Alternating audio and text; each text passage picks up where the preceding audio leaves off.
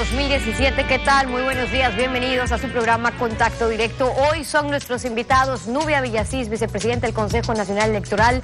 Vamos a hablar sobre los preparativos para la votación, el conteo de votos, los escrutinios y la publicación de resultados. También nos acompañará José Hidalgo, el director general de Cordes, lo que señalan los indicadores económicos y sus interpretaciones. Una economía en recuperación, lo vamos a analizar. Y además, León Roldós, ex vicepresidente de la República, la validez de las filtraciones en Internet de los papeles de Panamá y sus derivaciones en los casos Odebrecht y Capaya, las 26 hojas devueltas a la Fiscalía brasileña sobre sobornos de Odebrecht en el Ecuador. Lo analizamos. Bueno, el artículo 143 de la Constitución ordena que el presidente de la República será elegido por mayoría absoluta de votos válidos y que no habrá segunda vuelta si en la primera el binomio que consiguió el primer lugar obtiene al menos el 40% y una diferencia mayor de 10 puntos sobre la votación del segundo. El Código de la Democracia no considera válidos los votos nulos y en blanco que constituyen un rechazo a todos los candidatos. Y esta reforma desnaturaliza el sistema de elección presidencial por mayoría popular absoluta. Alfredo, buenos días, ¿cómo te va? Muy bien, Estefi, buenos días. Buenos días a todos.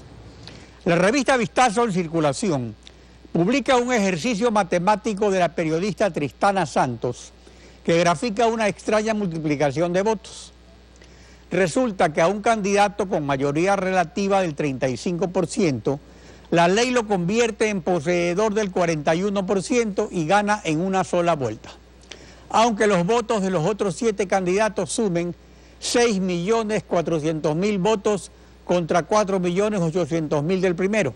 Le ganan con 1.600.000 votos al primero. Y sumados los nulos y en blanco, como en el sistema original, el candidato ganador en una sola vuelta tiene 1.900.000 votos menos que todos sus rivales juntos, más nulos y blancos. Democráticamente, ese ganador no es un presidente legítimamente elegido por mayoría popular absoluta. El sistema presidencial reforzado, adoptado con la Constitución de 1979, aprobada en referéndum, estableció en su artículo 74 la elección del presidente por mayoría absoluta de sufragios. Es decir, que un ganador en primera vuelta debe tener más votos que todos sus rivales juntos. En caso contrario, hay segunda vuelta. Pero la partidocracia con la Constitución de 1998 modificó el sistema, permitiendo el triunfo en primera vuelta con el 40%. La ley de elecciones, como en la mayoría de países, siempre reconoció válidos los votos nulos y en blanco, porque son expresiones legítimas de desaprobación y rechazo. Eso en el Ecuador ya no existe. Este tapetazo solo se puede destroncar con ese diamante en bruto que cuelga del alma de los ciudadanos, al que Velasco Ibarra llamaba el instinto popular. Ese impulso humano que está más allá de la mala fe y la tosudez egocéntrica de dirigentes políticos con cálculos chimbadores a espaldas de los intereses superiores de la República. La sapiencia popular siempre se ha inclinado por el voto útil, por no desperdiciarlo, más aún cuando vivimos una mascarada que a todos desnaturaliza, cambiándole el nombre. A la crisis llama recuperación, a los sobornos propinas, a la dispersión unidad y a la minoría mayoría. Si los votos válidos se cuentan sin incluir nulos y blancos, que dejan de ser expresión de rechazo, para convertirse en encubridores de un tapetazo que mata a la segunda vuelta aunque nadie obtenga mayoría absoluta, hay que validar democráticamente nulos y blancos y confundidos para consolidar la voluntad soberana mayoritaria, acortando distancias entre el primero y el segundo y alargándola entre el segundo y el tercero. Ese es el voto útil que percibe el instinto popular para recuperar el sitial de la voz del pueblo, la voz de Dios. La actualidad, los protagonistas, el análisis y la información en Contacto Directo.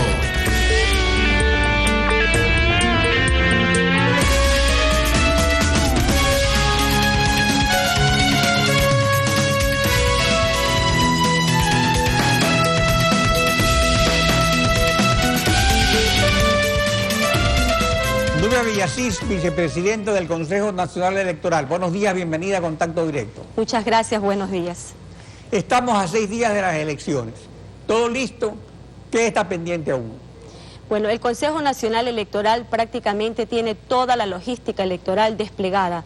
Los kits están llegando ya a nuestras delegaciones, las de la circunscripción del exterior ya fueron entregadas y en este momento están llegando los observadores internacionales desde el día viernes.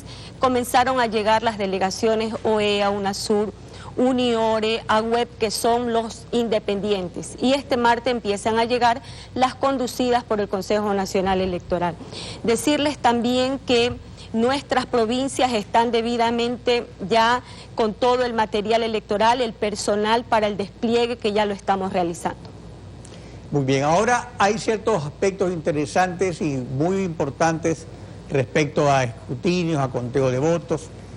Por ejemplo, el CNE, mediante resolución PLE-CNE 3022-9-2016, emitió el reglamento de integración, implementación y funcionamiento del sistema de transmisión y publicación de resultados, STPR, que en su artículo 6 crea un centro de procesamiento de resultados que vienen a sustituir a las juntas intermedias del voto creadas en el Código de la Democracia.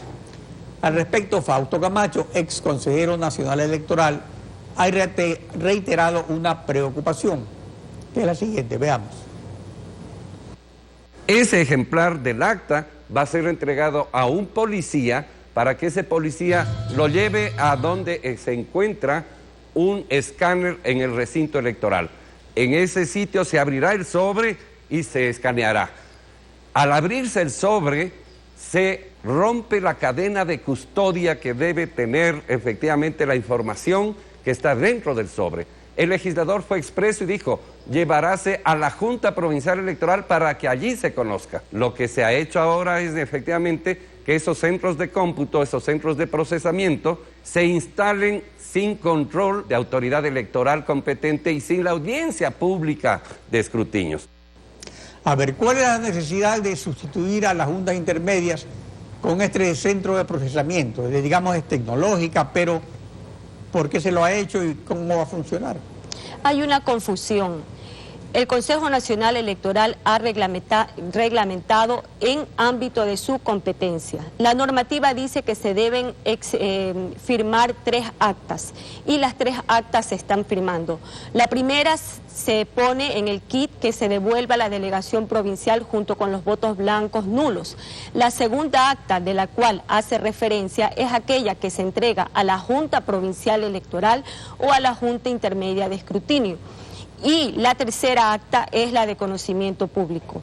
Esa segunda acta que antes se podía entregar a la Junta Intermedia o a la Junta Provincial es la que se va a proceder a escanear, porque la misma normativa, la ley electoral, así lo manda. Hay un artículo indeterminado entre el 127 y el 128 que dispone que el Consejo Nacional Electoral, inmediatamente que ya se firmen las actas, tiene que subir las imágenes de dichas actas para que esté a disposición de todo público y en especial de las organizaciones políticas. En ningún momento se ha roto la cadena de custodio. La misma acta que antes se escaneaba en la Junta Intermedia de Escrutinio es la que se escanea en la Junta Receptora del Voto en los recintos electorales. Pero si uno lee el artículo 6 del reglamento, ve que en ninguna parte establece cadena de custodia de la fuerza pública. O sea, Fausto Camacho se refiere a un policía. Ni presencia de delegados ni audiencia pública. Simplemente dice, taxativamente, ordena, se instalarán a las 17 horas, es decir, al cierre de la votación. O sea, esto hace recordar la recomendación del candidato presidencial Rafael Correa hace 10 años, que es una preocupación que ha habido siempre. Tuvo Correa hace 10 años, le han tenido otros hace 20 años y ahora hay que tienen otros la misma preocupación. Veamos lo que dijo Rafael Correa. Cuando cojan las urnas, los camiones militares sigan al camión militar, porque si salió el camión XXX, ese es el camión que va a llegar al Tribunal Electoral. En el camino se puede reemplazar por otro camión y de esta forma reemplazar las urnas. A los delegados de mesa, que todos se queden con una copia del acta, que es la única forma de verificar en caso de que en el centro de cómputo nos alteren los resultados. En todo caso, previo al levantamiento del acta se puede hacer muchas irregularidades, muy atentos. Ahora, ¿no sería necesario corregir este artículo estableciendo cadena de custodia, delegado de los actores políticos, para que no haya suspicacias? El artículo es muy claro y nunca se rompe la cadena de custodia. Hay que decir que las actas de escrutinio que son firmados por triplicado también están firmadas por las mismas organizaciones políticas que en la mañana llegaron para acreditarse y al cierre de la elección también tienen que firmarlas por triplicado. Adicionalmente, la cadena de custodio, como se dice, nunca se ha roto y ese mismo mecanismo que utilizamos en elecciones 2013, 2014, en más de 43 procesos electorales que hemos realizado, como La Morita, Panguinza, Manga del Cura, Las Golondrinas, es el mismo sistema que estamos utilizando. Lo único es que no se escanea en la Junta Intermedia de Escrutinio, sino en la Junta Receptora del Voto o en los recintos electorales, en donde se ha dispuesto un área para que se realice esa actividad. Hay que aclarar también que las organizaciones políticas, jamás de las actas por triplicado, que por ley, lo dice la ley, el Consejo Nacional Electoral ha puesto 9 copias firmadas por el presidente de la mesa, el secretario y las mismas organizaciones políticas, que son las copias que se tienen que llevar. En procesos anteriores normalmente era una sola acta que todas las organizaciones políticas se las peleaban, y hablo antes del 2009. Desde que estamos nosotros hemos puesto varias actas para que todas las organizaciones políticas puedan acceder. En el caso de las elecciones de este domingo 19 de febrero se han dispuesto 9 copias, tomando en cuenta que hay 8 binomios presidenciales que en su mayoría son los que tienen la capacidad logística para poder poner una persona en cada una de las mesas de votación. Son 40.700 juntas receptoras del voto y las organizaciones políticas dentro de su control pueden poner ese mismo número de delegados. En cuanto a observadores electorales propiamente dichos, de acuerdo a las normas técnicas que rigen internacionalmente, solo estará la misión de la OEA, las otras son solo misiones de acompañamiento como la de UNASUR. Todas las misiones de observación independiente tienen la libertad para realizar ese trabajo de la forma que ellos han planificado. No solamente OEA, UNASUR, UNIORE, AWEB, tomando en cuenta que, por ejemplo, la AWEB es un ente mundial, UNASUR de los países del sur, y UNIORE son los entes electorales de todos los países que la conforman, desde Canadá, Estados Unidos, el Caribe, Centroamérica, Latinoamérica, etcétera. Respecto a los resultados, a las 5 de la tarde se podrán publicar los exit poll. A diferencia de otros procesos electorales, en este de aquí vamos a tener muchísima información que pueda ser contrastada no solamente por los medios de comunicación, sino también por los ciudadanos. Hemos acreditado 10 empresas para que realicen exit polls o boca de urna. Ellos pueden emitir los resultados a las 5 de la tarde. Adicionalmente, hay 3 empresas privadas que se han acreditado para el conteo rápido y el cuarto, que es el oficial, el del Consejo Nacional Electoral. Y por último vamos a tener el escrutinio oficial. Más de 15 fuentes de información con los cuales se pueda contrastar el mismo día de las elecciones, pero tomando en cuenta que con tiempos diferentes. 5 de la tarde exit poll, más o menos 7 de la noche los conteos rápidos, porque es sobre voto escrutado, sobre acta llenada, y por último el escrutinio oficial, que por ley empieza a las 9 de la noche. Respecto a los conteos rápidos, hechos por el Consejo Electoral y también por los privados, ellos son libres, los privados, digamos, de ir publicando los resultados, o sea, el primero que tiene lo puede publicar, o necesita que se autorice por parte del Consejo Electoral que se publiquen estos resultados. No, son completamente libres de publicarlos, obviamente, en forma responsable, cuando ya tengan pues una ponderación en donde se determine la clara intención del voto. Hay que diferenciar, por ejemplo, el exit poll o boca de urna es la encuesta que se le hace al ciudadano afuera del recinto electoral, y obviamente tiene un margen de error un poco más alto que el conteo rápido, porque el conteo rápido es sobre acta escrutada. Por eso es que hay que esperar a que la Junta Receptora del Voto empiece a contabilizar todo lo que tenga en esas urnas se llenen las actas, y esa acta que se escanea es la que también se utiliza para conteo rápido, no solamente por el Consejo Nacional Electoral, sino también por todas las empresas acreditadas. El control electoral está más que garantizado, y la información que va a fluir el día de las elecciones es de muchas fuentes diversas que puedan permitir la contrastación por parte de los ciudadanos y de los medios de comunicación. Dubevi Asís, gracias por acompañarnos en Contacto Directo. Gracias a ustedes, buenos días. Son las 7 de la mañana con 16 minutos, es tiempo de ir a una pausa con ustedes y cuando regresemos estará José Hidalgo, el director general de Cordes, lo que señalan los indicadores económicos y sus interpretaciones. Una economía en recuperación, lo vamos a analizar al volver. Quédese usted en nuestra sintonía. El liderazgo es el arte de conseguir que alguien haga algo que tú quieres porque él quiere hacerlo. Lo dijo Dwight Eisenhower, 34º presidente de Estados Unidos.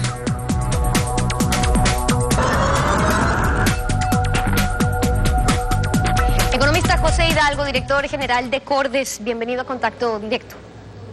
Buenos días, Stephanie, muchas gracias. Buenos días. El gobierno habla ya de una recuperación económica. En su discurso por los 10 años, el presidente Correa incluso dijo que nos hemos recuperado de la recesión con un mínimo costo, en tiempo récord, que el próximo gobierno recibirá una economía en crecimiento y estabilizada. ¿Por qué ustedes consideran que aún no se ha dado tal recuperación económica? ¿En base a qué indicadores? Bueno, hay varios indicadores que habría que tomar en cuenta para desmentir el discurso oficial. El primero es que, lejos de ser una economía estabilizada, el gobierno está dejando una economía sumamente endeudada. Hay que tomar en cuenta que solo en 2016, según cifras oficiales, el Ecuador se endeudó por casi 13.000 millones de dólares, el presupuesto general del Estado, que representa básicamente el gobierno central.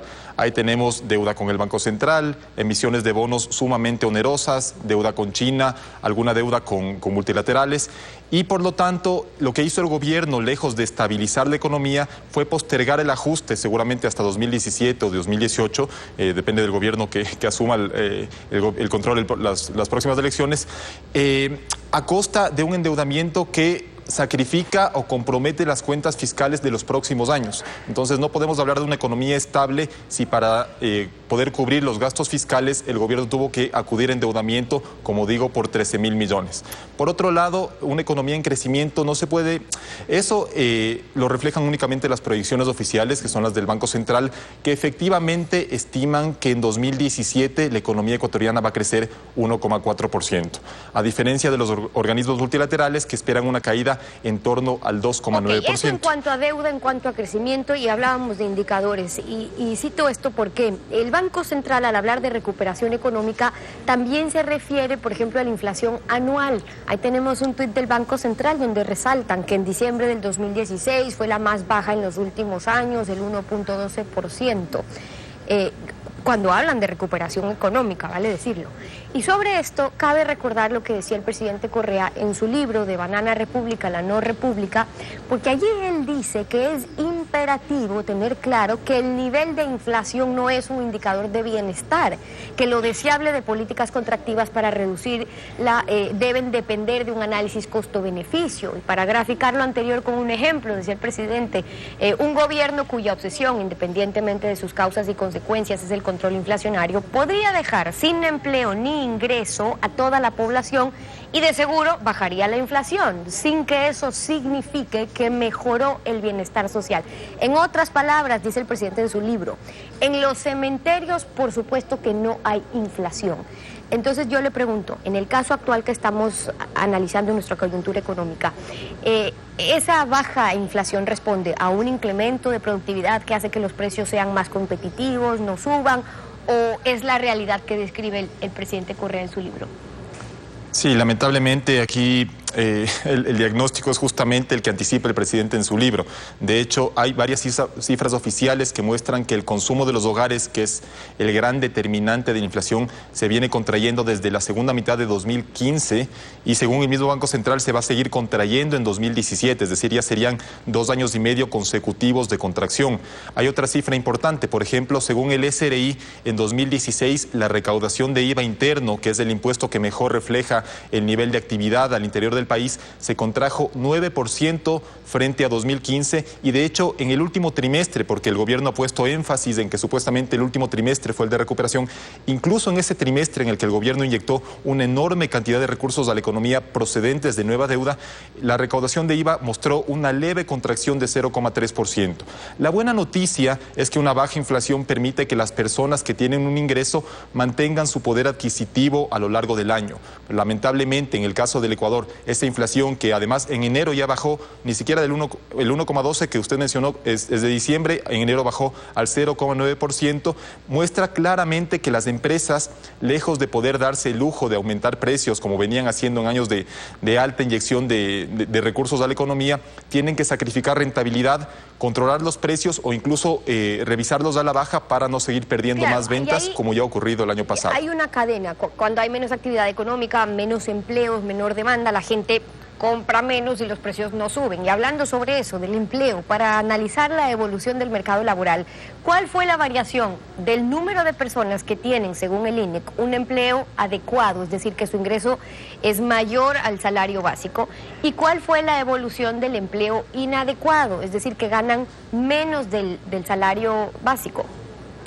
A ver, las personas con empleo adecuado cayeron en 244,000 solo entre diciembre de 2015 y diciembre de 2016. Y eso refleja obviamente que las empresas del sector formal, que son las que contratan empleados adecuados porque tienen que al menos pagarles el salario mínimo y completar la jornada legal de 40 horas a la semana, están dejando de hacerlo, lo dejaron de hacer a lo largo de todo el año. Lamentablemente eso se vio compensado por un incremento significativo de más de 500,000 personas solo en subempleo.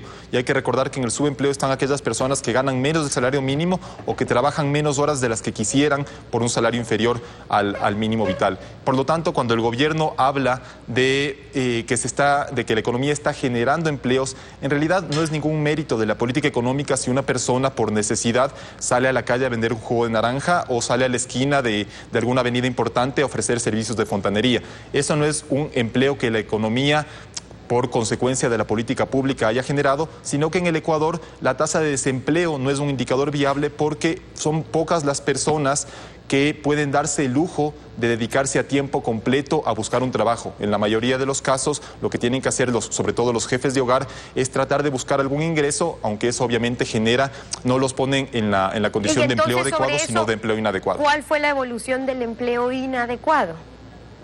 Bueno, como le digo, solo en su empleo aumentaron en más de 500,000, también aumentó en menor medida el empleo no remunerado y las otras formas de empleo inadecuado que se refieren a las personas que ganan menos del salario mínimo vital pero no quieren trabajar más horas. Okay. En todo caso son todas formas de trabajo precario, se podría decir. Ahora, ¿qué aspectos resalta el Banco Central cuando habla de recuperación económica?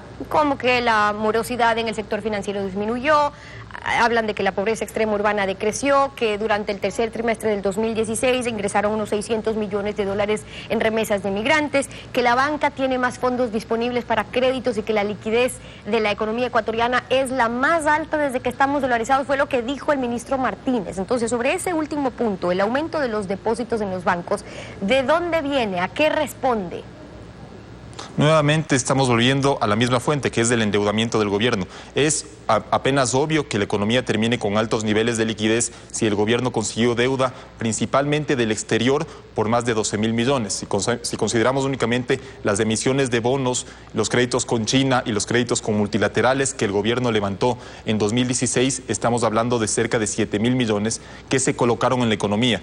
Si con ese nivel de inyección de recursos no podemos terminar con la liquidez más alta de la historia, bueno, ya no se entiende de qué manera podríamos hacerlo, pero no es una inyección de recursos o un nivel de liquidez que sea sostenible en el tiempo, y eso es lo complicado, eso es lo que nos hace pensar que en realidad estamos viviendo una campaña electoral sumamente costosa para la economía del Ecuador, porque el gobierno, con el objetivo final de mostrar una economía supuestamente en recuperación, está endeudándose agresivamente y comprometiendo, por lo tanto, la economía de los próximos años. Y ahí hablando sobre esto, este gobierno cambió la nomenclatura de la contabilidad de la deuda pública, la deuda externa y lo que no se incluye, la deuda interna. Un próximo gobierno tendrá que ver más allá de ese porcentaje de deuda que contempla el cálculo actual, sus obligaciones reales para el servicio y amortización de la deuda en los presupuestos, lo que le debe, por ejemplo, al Banco Central hasta ahora suman 4.800 millones de dólares, los bonos, etcétera, y entonces tendrán que buscar mecanismos reales para reducir el déficit.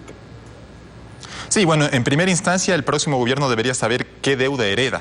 Es increíble que en el Ecuador, tratándose de un país supuestamente democrático, la ciudadanía y los actores políticos no puedan saber cuál es el nivel de deuda real del sector público. Tomando como ejemplo lo más conocido, que es que no se sabe cuánto el Ecuador ha comprometido por concepto de preventas de petróleo. El tema es que seguramente la relación deuda-PIB estará en torno al 50%, que efectivamente, como dice el gobierno, no es una relación demasiado alta comparando con otros países de la región. El problema acá es que la deuda que el Ecuador, ha contratado en los últimos meses y en los últimos años es tan cara que eso hace que sus servicios, es decir, el pago de intereses y amortizaciones que se concentra en los próximos años, principalmente hasta 2022, es sumamente alto y va a comprometer un porcentaje cada vez mayor del presupuesto general del Estado, obviamente en detrimento de otros gastos que pueden ser socialmente más efectivos, como educación, salud, seguridad y demás, inversión de hecho. Y por lo tanto, la tarea del próximo gobierno es efectivamente tratar de reperfilar o renegociar la deuda del Ecuador, principalmente la deuda externa, porque su servicio va a generar una gran salida de dólares de la economía y por lo tanto eso reduciría la liquidez que según el gobierno y según incluso las cifras oficiales se recuperó en 2016. Son las observaciones del economista José Hidalgo, el director general de Cordes, hoy en Contacto Directo. Gracias por habernos acompañado. Muchísimas gracias. Son las 7 de la mañana con 31 minutos. Es tiempo de irnos a una pausa y cuando regresemos estará León Roldós, ex vicepresidente de la República. Las 26 fojas devueltas a la Fiscalía brasileña sobre los sobornos de Odebrecht en el Ecuador. Lo analizamos al volver. Quédese en nuestra sintonía.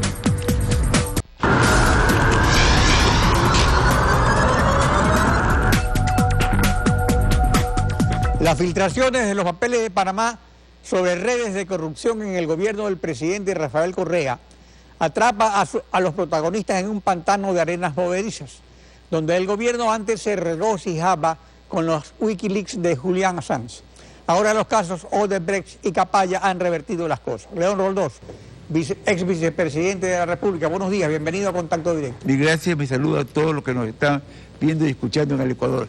Mire, realmente lo que está pasando da entre indignación y asco. Y diría esto porque cada vez que sale más información, tanto de pareja como de los críticos de Odebrecht, como la respuesta del presidente, se potencia este rechazo, esta indignación, este asco. Tan puntuales son las cosas que se mencionan que demuestran cómo se han acumulado los fraudes procesales y de negocios en el Ecuador. Y esto lo digo porque yo quiero comenzar diciendo qué hace el fiscal doctor Chiriboga, que no introduce toda la información de estos mensajes, de estos tweets, no lo introduce en los procesos. Él está esperando las asistencias penales internacionales. Perdónenme, esto significa un tonteo en el Ecuador, porque ya las infracciones están encima de la mesa. O sea, la conmoción social que causan las filtraciones y la validez que alcanzan llama la atención. Comencemos por el caso de Odebrecht. O sea, lo más relevante radica en que la información proporcionada por la Fiscalía del Estado de Paraná, en cuya capital Curitiba está preso Marcelo Odebrecht, que obtuvo una rebaja de la mitad de su condena por revelar con pruebas los sobornos de su compañía a funcionarios públicos extranjeros, entre ellos del Ecuador. Y 26 hojas de información fueron devueltas el 7 de febrero por la Fiscalía del Ecuador al agente fiscal Wilson Mentor Toainga del Estado de Paraná, porque está en portugués y la Fiscalía del Ecuador no tiene quien la traduzca. En su vasta carrera de abogado, servidor público, ¿había visto algo semejante? ¿Qué se gana con posponer el conocimiento de esa información? Eso es una estupidez, como lo es amenazar con juicio penal a quienes difundan informaciones que son, entre comillas, reservadas. Cuando aquí la reserva ha sido la impunidad que en el Ecuador. Pero déjeme concluir lo que estoy diciendo, entrando a Odebrecht mismo. Miren, yo lo que conozco es que están queriendo llegar a un acuerdo de reparaciones con Odebrecht.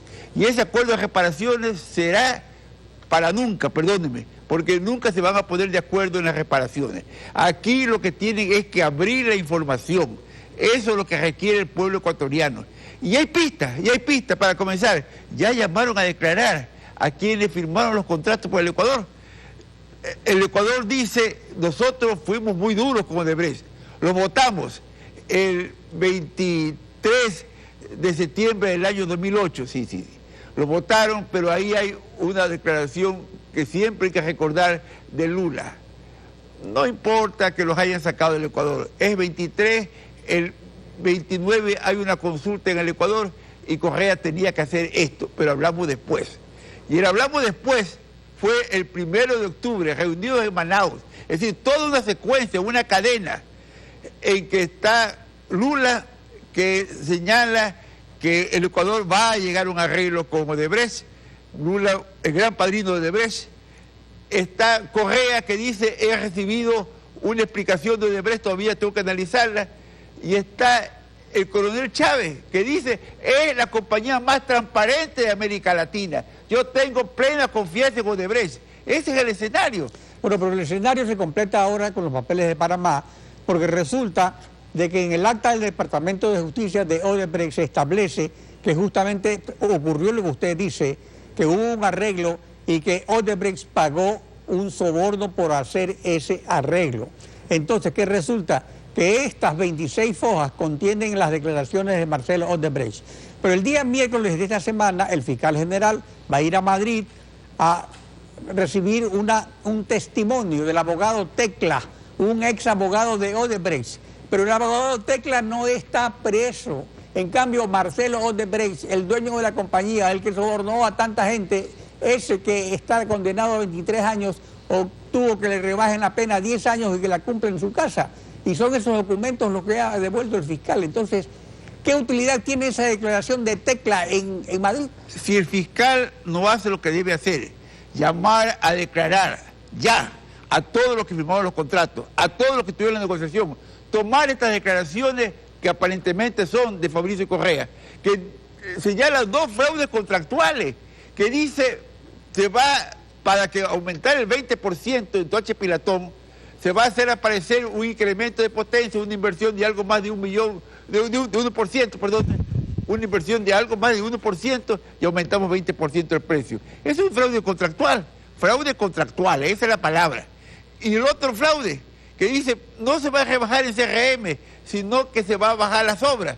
¿Qué pasó, pues? En el Ecuador se está desnudando fraudes contractuales. ¿Eso ocurrió o no ocurrió? Porque una cosa es lo que diga una persona contra otra, y otra cosa es lo que demuestren los papeles. Ahí viene que tienen que llamarlo a declarar.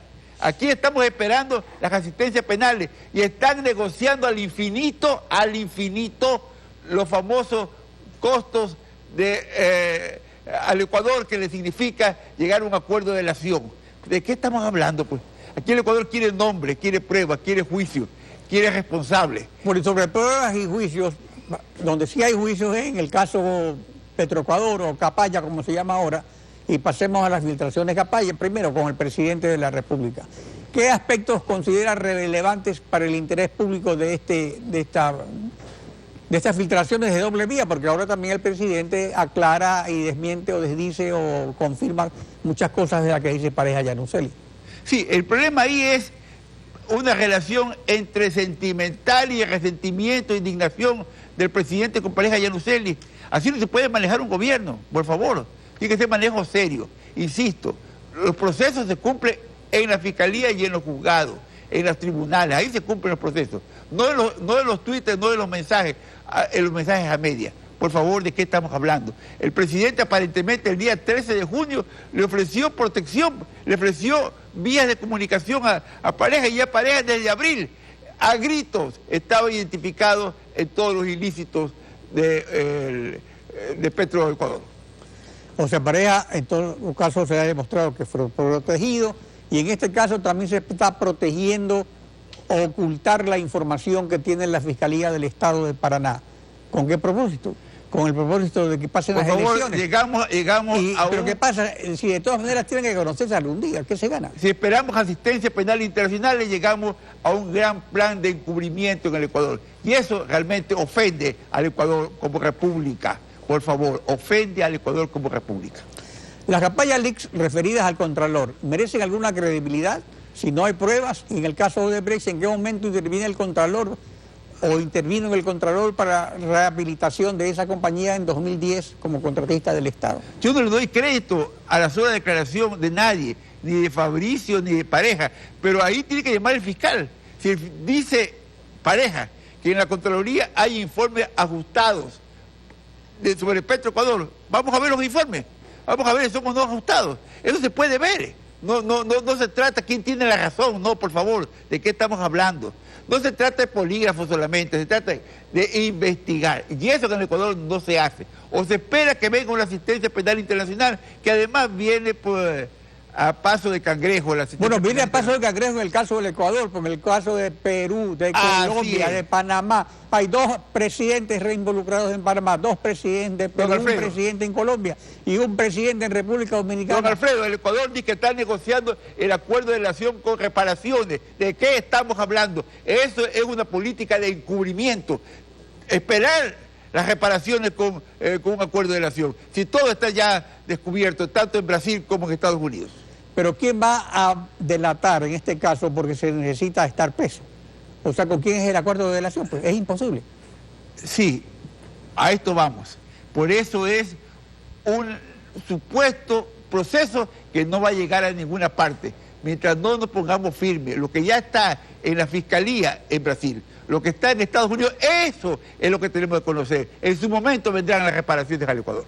León Roldós, gracias por su participación en Contacto Directo. Estefi. Así concluimos esta emisión y como siempre agradeciéndoles a ustedes su confianza y sintonía. Nos volvemos a encontrar mañana, Alfredo. Mañana continuamos rayando la desinformación en Contacto Directo.